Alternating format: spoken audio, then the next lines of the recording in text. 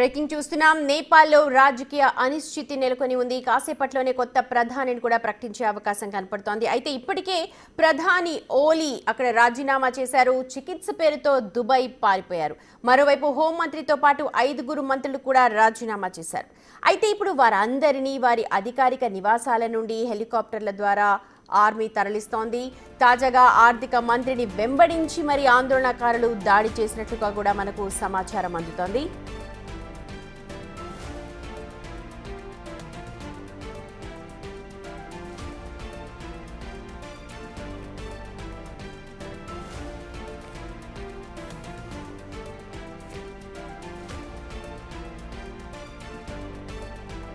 నేపాల్ పరిస్థితులపై విశ్లేషణ అందించడానికి ప్రొఫెసర్ డాక్టర్ కె నాగేశ్వర్ మనతో జాయిన్ అవుతూ ఉన్నారు. గుడ్ ఆఫ్టర్నూన్ అండి.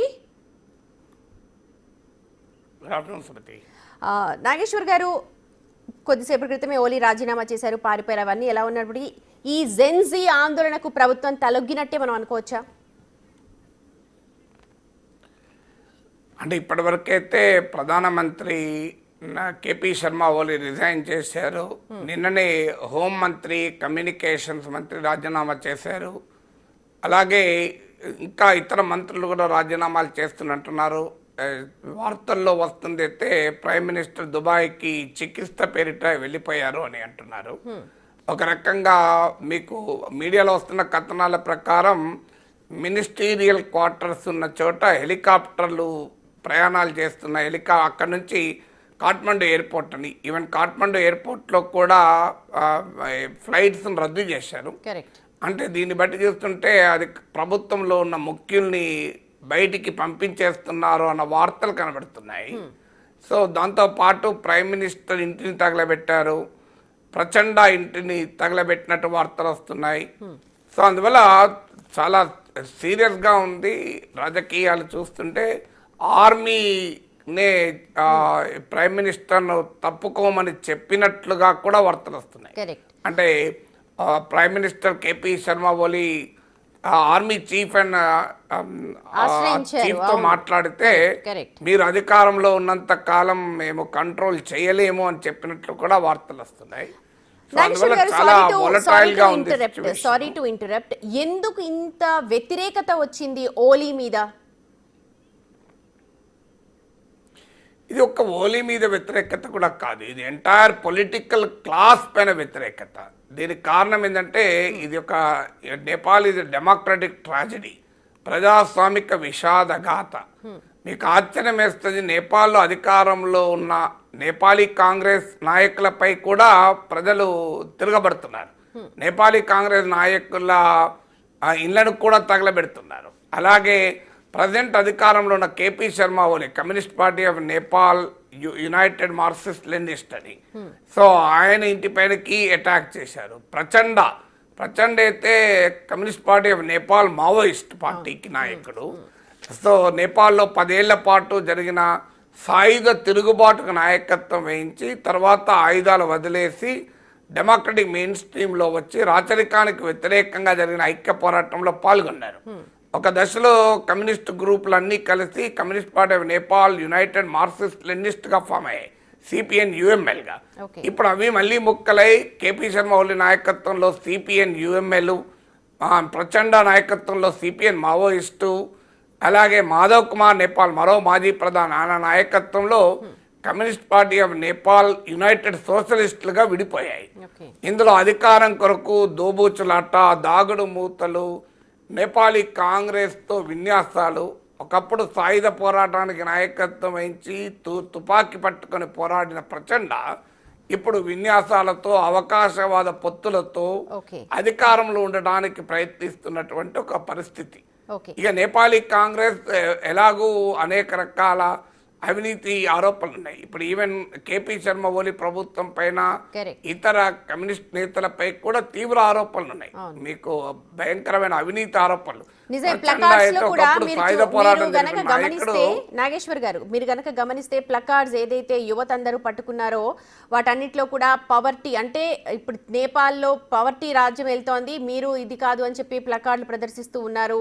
అలాగే వివిధ రకాల ప్లకార్డ్స్ చూపిస్తూ కరప్షన్ అంటే వీరన్నది what happen to tax payers money అని చెప్పి కూడా ప్లకార్డ్ ప్రదర్శించారు. అలాగే నెపో బేబీస్ అని ఒక టర్మ్ ట్రెండింగ్ లో ఉంది. నెపో బేబీస్ అంటే నేపాల్లో ఉన్న రాజకీయ నాయకుల పిల్లలు, వాళ్ళు విలాసవంతమైన జీవితాన్ని గడుపుతున్నారని చెప్పి టిక్ టాక్ లో వచ్చాయి. ఇందులో ఆశ్చర్యం ఏంటంటే మావోయిస్టు నేతగా కమ్యూనిస్ట్ పార్టీ నేపాల్ మావోయిస్ట్ నాయకుడిగా ఉండి అజ్ఞాతవాసంలో అడవుల్లో ఉండి తిరుగుబాటు చేసినటువంటి ప్రచండ ఇవాళ విలాసవంతమైన జీవితం గడుపుతున్నాడు అని చెప్పి ఆరోపణలు వస్తున్నాయి. అంటే నేపాలీ కాంగ్రెస్ పైన అదే విమర్శలు, నేపాలీ కమ్యూనిస్టుల పైన అదే విమర్శలు. అందువల్ల ఇది ఒక పొలిటికల్ క్లాస్కు వ్యతిరేకంగా జరుగుతున్న ఉద్యమంగా మారింది. కేవలము ఒక్కపాటి ఇప్పుడు నేపాల్ కాఠ్మండు మేయర్ ఉన్నాడు బాలేంద్ర షా అని, ఆయన ఇండిపెండెంట్ మేయర్, ఆయన సోషల్ మీడియా ద్వారా పాపులర్ అయ్యాడు. సో ఆయన ర్యాపో సింగర్. సో అలాంటి వాళ్ళు కూడా దీనికి మద్దతు ఇచ్చారు. ఒక ఎన్జిఓ అమీ నేపాల్ అని ఒక ఎన్జిఓ నాయకత్వం వహిస్తుంది. అందువల్ల ఇది ఎంటైర్ పొలిటికల్ క్లాస్ పైన తిరుగుబాటు, ఒక్క కేపీ శర్మ ఓలీ ప్రభుత్వం పైన తిరుగుబాటుగా చూడకూడదు. ఓకే, ఇప్పుడు కొత్త ప్రధానిని ప్రకటిస్తాము అంటున్నారు. ఎవరెవరు రేస్లో ఉండే అండ్ అసలు ఇప్పుడు సైన్యం చేతిలోంచి వెళ్ళి ప్రధాని ప్రకటించే అవకాశాలు ఉన్నాయంటారా? అంటే అవి చూడాలి, ఇప్పుడే మనం ఏమీ కన్ఫర్మ్ చేయలేము. కానీ ప్రాక్టికల్గా ఏంటంటే కేపీ శర్మ ఓలీ మాత్రం ఉండకూడదు అని. ఎందుకంటే ఆయన ప్రైమ్ మినిస్టర్గా ఉన్న సమయంలో ఈ అన్రెస్ట్ బ్రేక్ అయింది. అంటే సోషల్ మీడియా పైన బ్యాన్ విధించడంతో ఈ అన్రెస్ట్ తారస్థాయికి చేరింది. అది ట్రిగర్ మాత్రమే. కానీ ఈ ఎంటైర్ ప్రాసెస్లో లాభపడేది ఎవరంటే రాచరిక అనుకూల శక్తులు. ఎందుకంటే మార్చిలో రాజుకు అనుకూలంగా కూడా పెద్ద ప్రదర్శనలు జరిగాయి. వాస్తవంగా రాజుకు అనుకూలంగా ఉన్న పొలిటికల్ ఫోర్సెస్కు 3 to 4% ఓటింగ్ మించి లేదు. కానీ ఈ డెవలప్మెంట్స్లో ఈవెన్ ఈ నిరసనలకు వాళ్ళ నాయకత్వం వహించడం లేదు రాచరిక అనుకూల రాజకీయ శక్తులు. కానీ వాళ్ళు కూడా పాల్గొన్నారని కూడా వార్తలు వస్తున్నాయి. అంటే బంగ్లాదేశ్లో షేక్ హసీనా నిరంకుశ పాలనకు వ్యతిరేకంగా విద్యార్థులు జరిపిన పోరాటాల్లో ఇస్లామిస్టులు ఎలా పాల్గొన్నారో ఇక్కడ కూడా రాజు అనుకూల శక్తులు కూడా ఇందులో దూరాయని కూడా వార్తలు వస్తున్నాయి. ఇంకొకటి ఏంటంటే ఇప్పుడు మీకు ఆశ్చర్యం వేస్తే ఒక ఉదాహరణ చెప్తే, ఇప్పుడు communist party of Nepal UML నాయకుడు కేపీ శర్మ ఓలీ. అంటే ఆయన కమ్యూనిస్టు నాయకుడు. ఆయన పశుపతినాథ్ టెంపుల్కు 500 కిలోల బంగారాన్ని ప్రభుత్వం తరఫున ఇచ్చాడు. సో ప్రభుత్వం తరఫున రాముడు పుట్టిన స్థలం ఇది అని చెప్పి, సీత పుట్టిన స్థలం ఇది అని చెప్పి ఆడు యాత్రలు కూడా నడిపాడు. ఇవన్నీ చూస్తే మీకు కమ్యూనిస్ట్ నాయకుడా ఈయన ఏ నాయకుడు అంటే బీజేపీకి తక్కువ కాంగ్రెస్కి ఎక్కువ అనే స్థాయిలో ఉన్నారు. సాఫ్ట్ హిందుత్వానా ఇది హార్డ్ హిందుత్వానా అని. అంటే ఏ స్థాయిలో ఐడియాలజికల్ డీజనరేషన్ నేపాల్ కమ్యూనిస్ట్ మూవ్మెంట్లో ఉంది, ఏ రకంగా అవినీతి నేపాల్ కమ్యూనిస్ట్ మూవ్మెంట్ లో పెరిగిపోయిందంటానికి కూడా ఇది ఉదాహరణ కదా. మీరు ఓలీ గురించి మాట్లాడారు కాబట్టి నాగేశ్వర్ గారు, అక్కడ జెన్జీ అంటే యువత అందరు కూడా ప్లకార్డ్స్ పట్టుకున్నారు, అమెరికాకి దలాల్ ఓలీ,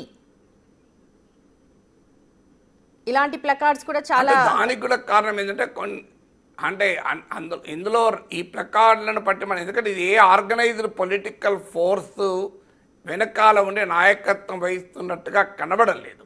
స్పాంటేనియస్ ప్రొటెస్ట్లు అయితే అదే సమయంలో ఈ స్పాంటేనియస్ ప్రొటెస్ట్లు అని చెప్పలేము.